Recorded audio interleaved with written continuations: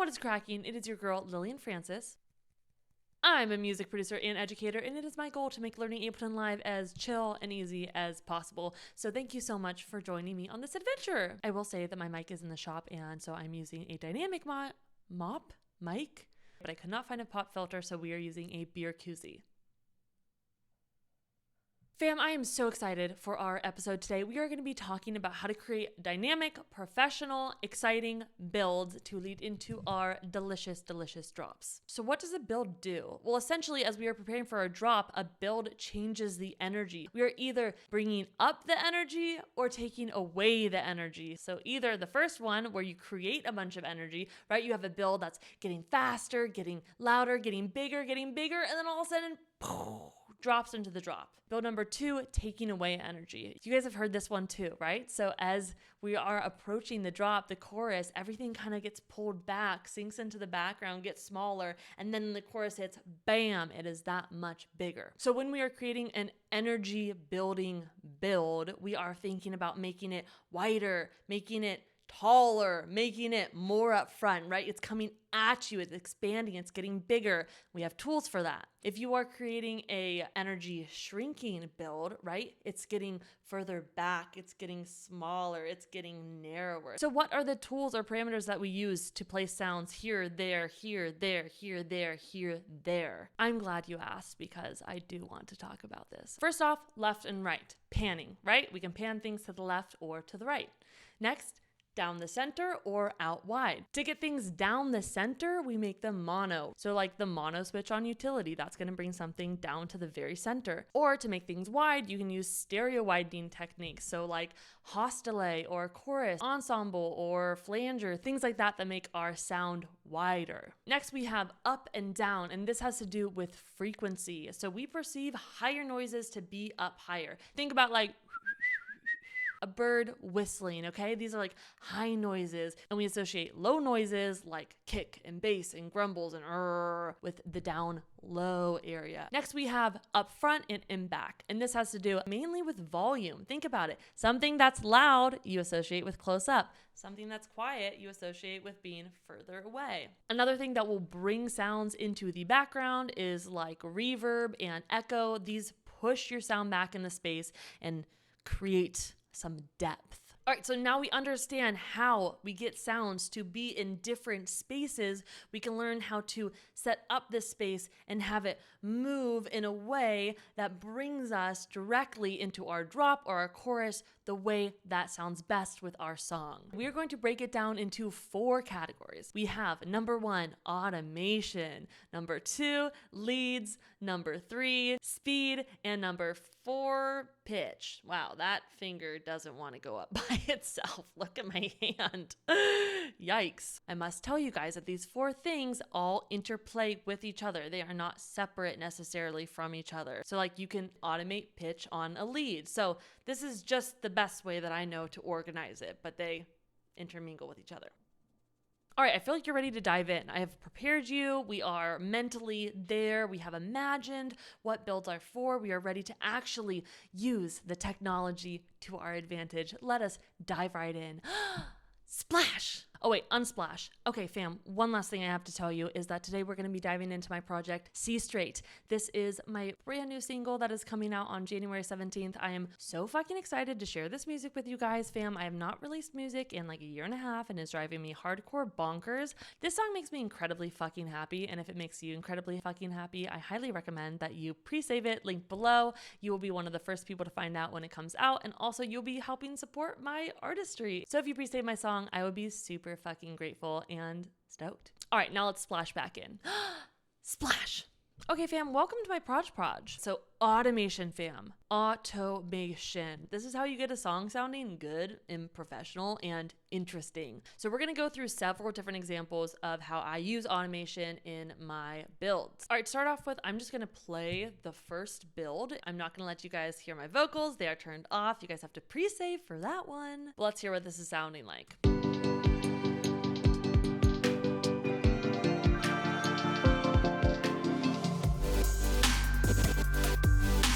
This sound is one that's kind of going on throughout the whole song. there are a lot of subtle and not so subtle automations happening as we get closer to the chorus. The first one, and an absolute classic, auto filter, okay? So if we right click here to show automation, you can see that I am filtering my auto filter to close and the resonance to also increase, okay? And what this is gonna do is it's actually gonna be pulling back my sound, right? So when it comes back, it is even bigger. All right, let's listen out for that.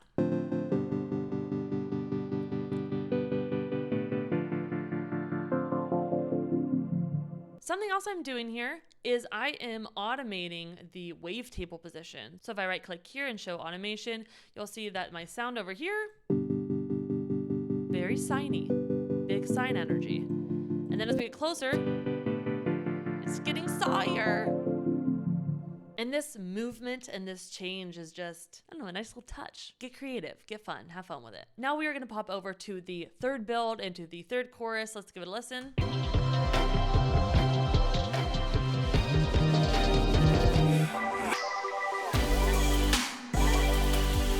Cool, let's check out this tension drums. Here you're gonna see I did some automation on my pedal. I am automating the gain at the very end, and I'm also automating the dry wet. So here we basically have no dry wet. And eventually it gets more and more. Oh, my quinoa. Okay. Yeah, I also automated the saturator on my Gorillas marching. I also have the filter being opened on this, but I froze and flattened it so you can't visually see me automating, but listen to this.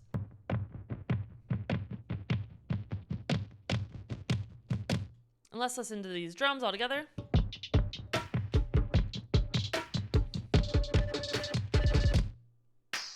All right, let's go find some more automation. Oh, okay, here we have this noise track that is legit just an operator set to the noise white wave. And then we have our macros assigned to different audio devices. So one of the main ones we have here is our auto pan, which has the phase at 0 so that it's basically an LFO for volume. So it's gonna be sawing up the volume like a pumping pump.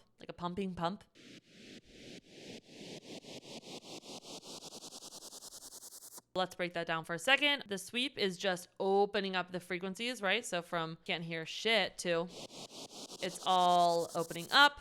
And then we have space, which is a reverb, and it's going from very verby to not very verby. So it's kind of in the background coming up, right? As we are opening the filter and taking away the reverb, it is coming at us. And then we have the pump speed, which is speeding up. It's going from a quarter note to an eighth note to a 16th note.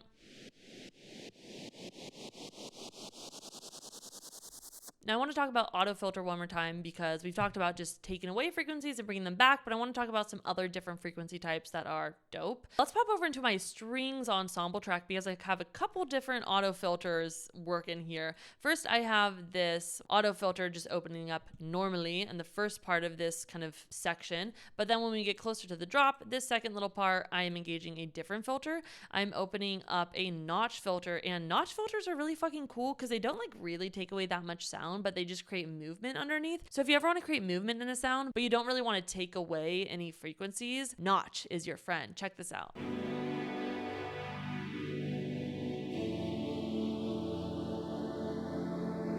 Cool, right? Just like morphs it. And then we are going to bring in our next filter, which is this filter tilter, which is essentially just a macro knob assigned to our morph feature. If you haven't played it with morph yet, it's really fucking fun. It goes from low pass to band pass to high pass to notch to low pass. So this is really fun one to create some movement. Wowee. And it's not just my string ensemble that has this kind of movement. I also have it on my Mellotron, right? I have a little notch being automated here.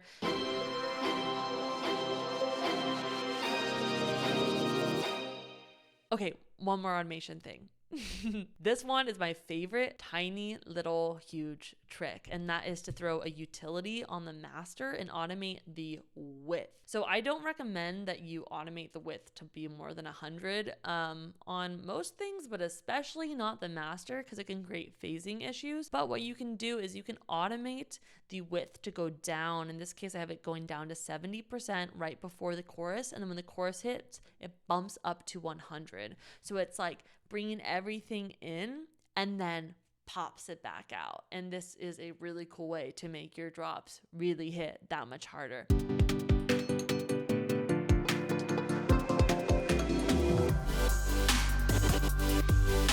Cool. So moral of the story is automate, automate, automate. Think about how you want things moving around, be up or down or back or side to side, and automate that shit. Cool. Let's move on to our next big point. Number 2, leads. Leads are your bestie. There are 2 main ways to do this. You can either, 1, download it from the internet, from Splice or whatever, download like Impact and then reverse it, or get a riser or something like that. You can totally use that. You can also make your own leads. I suggest a combination of the 2. A lot of the times it's really simple to just like throw in a riser or something that you find from the internet, but also the benefit of creating your own leads is that 1, it's also hella fucking easy, and 2, it's going to fit in your sonic palette. Here we have our leads. Let's listen to our second build, see what it's all about.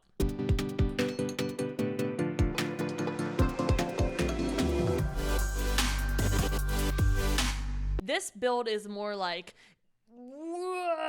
builds and then like spills over into the chorus. So these leads help us do that. The first type of lead that I talked about is the one that you just download from the internet. Basically just took this, chopped off the beginning, and then added a fade. Something I did to make this even leadier was to modulate the pitch. So down here in our clip view, if we pop over to the envelope tab, you can see that under clip and transposition, I have modulated my pitch. So it is going to go from 0 all the way up to 12 semitones higher than where it started. So here's what it sounds like.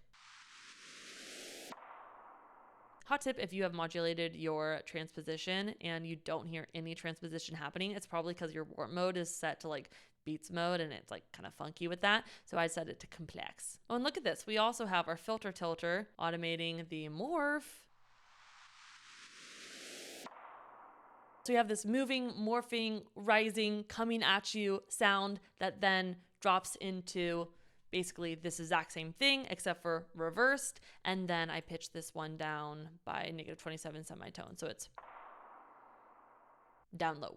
Now, I also suggest you create your own leads, because for any transition, if you think about it, what we're doing is we're taking like parts from B and pulling them into A, and parts from A and putting them in B, and creating this like this mesh between the 2 places, right? So what I did is I took sounds from B, i.e. my chorus, and I created a lead out of them. So here's how you do that. Pick any sound in the chorus that you think would sound good for a lead. This could be like a vocal or anything. I think I resampled my entire stack of drop synths, so these guys.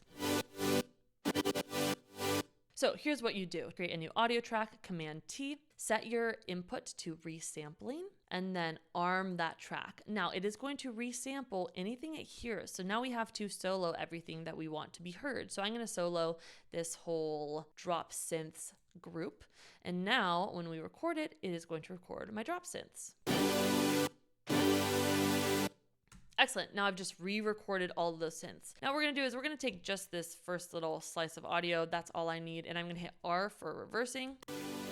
So now we're going to grab a reverb. Let's grab hybrid reverb because I love the shimmer algorithm. It has this pitch shifting reverb, which sounds really good for leads. It just makes it like even wider and bigger, which I typically want. So now we are going to switch the dry wet to 100. So we have this gorgeous tail coming out of it, and then I'm going to Command T to create a new track. I'm going to switch my input to resampling. I'm going to arm it, and then we're going to resample it. Cool. I'm going to bump up the volume of this guy. I'm going to chop it off where the reverb tail starts. We can delete this part. I'm going to drag in the end so it's on the grid, hit R. Awesome. So now we are going to have this beautiful little lead. Let's listen to it. Sweet, and we can create more of a fade, right, by bringing in our volume fades, and maybe we even want it to kind of move into the chorus a little bit, but we create just a little bit of a fade for that as well. So now we have this. Sweet, now you can do as many leads as you want with as many different types of sounds as you want. Oh, another fun trick for this one is just like duplicating your lead and making one an octave lower or an octave higher. So like I could take this second one and hold down Shift, press my down arrow, and transpose it down in octave. Cool, now it's even bigger. I could do this again, Command D. and transpose this third one up. Put one to the left, one to the right. Keep the lowest one in the middle. It's good to keep the low things in the middle, right? Like the bass and the kick, they're always in the middle because it grounds our sound. So I like to put the higher things outside and the lower things down in the middle. Now we have this. Beats warp mode is making them sound a little weird, so I'm going to change them all to complex. Sweet, now we have created a big old lead. Let's move on to our third technique, which is speed, okay? A lot of times as we are preparing for the drop, we are building things up in speed, we're creating anticipation, we are driving the song forward. So you can implement this in a lot of different ways. Something you guys have probably heard a lot are drum speeding up, right? The boom, boom, boom, boom, boom, boom, boom, boom, boom, boom, boom, boom, boom. I did that a little bit with my drums here. You can check out these drums. We just have like a chill little drum beat in the background. And then as we're getting closer to the chorus, they start getting faster, right? So like this is just this guy, but half the speed. So I pressed that little divide by 2. And then I just took, I guess, this little guy and placed it there. So it has this kind of like slow fast effect. We also did that with our hi-hats over here. You can see that they're kind of like chilling. So what we have here is just a variation of what we've been doing, except for double speed. If I hit my divide by 2, it's really easy to create just like a faster version of those drums. Cool. I'm using speed here as well. And I'm also using speed to my advantage with my violins. Where are my violins? Violins, where are you? They're building. By the way, can you hear the auto filter opening up on them? And then as we're getting closer to the drop, I bring in a second set of strings that are faster and more staccato. Right? Let's also pop into the bass and look at how that one gets faster. So we have 2 basses happening right here. This is my like subby sub bass, and it starts out, I mean, just like held long ass notes. But then as we get closer to the drop,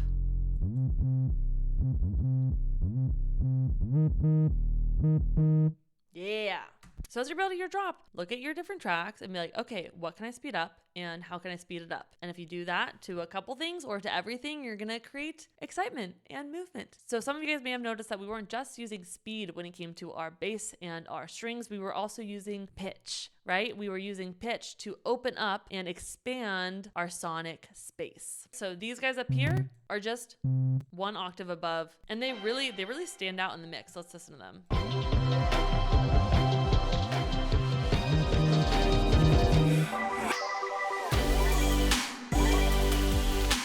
And then with the strings as well, the long held strings are pretty low and mellow. And then when we bring in the new strings, they are much higher up. We went from having just kind of this area occupied by sound to this area being occupied by sound. And then we also do this a bit with this brass ensemble here. So without the brass, and then it's really getting up there. And another example of pitch, this is something that I love to do that's super fucking easy, is automating the transposition of our hi-hats or anything to just be, transposing up like you saw in the lead. But here's another example of it happening. If we hop into this hi-hat situation over here, I have assigned my different macros to be controlling the transposition inside the simpler of my hi-hats. And then I just created some automation so that they rise up as we are building our build.